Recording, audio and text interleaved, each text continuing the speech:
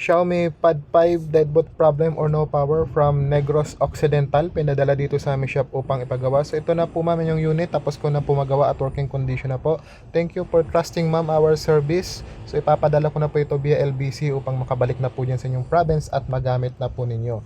So sa mga nagtatanong po, meron po ako nitong full tutorial na naka-upload po sa aking YouTube channel kung paano ko po ginawa. Pwede nyo po doon panoorin upang makita po ninyo kung paano ko po ito na-repair. Sa may mga ganitong issue po, pwede po kayong pumunta sa aming shop, pwede kayong mag-walk-in, pwede nyo po yung panoorin at hintayin habang ginagawa po namin. At sa mga malalayo naman po, kagaya nito na galing pa ng Negros, pwede nyo po ipadala sa amin via LBC.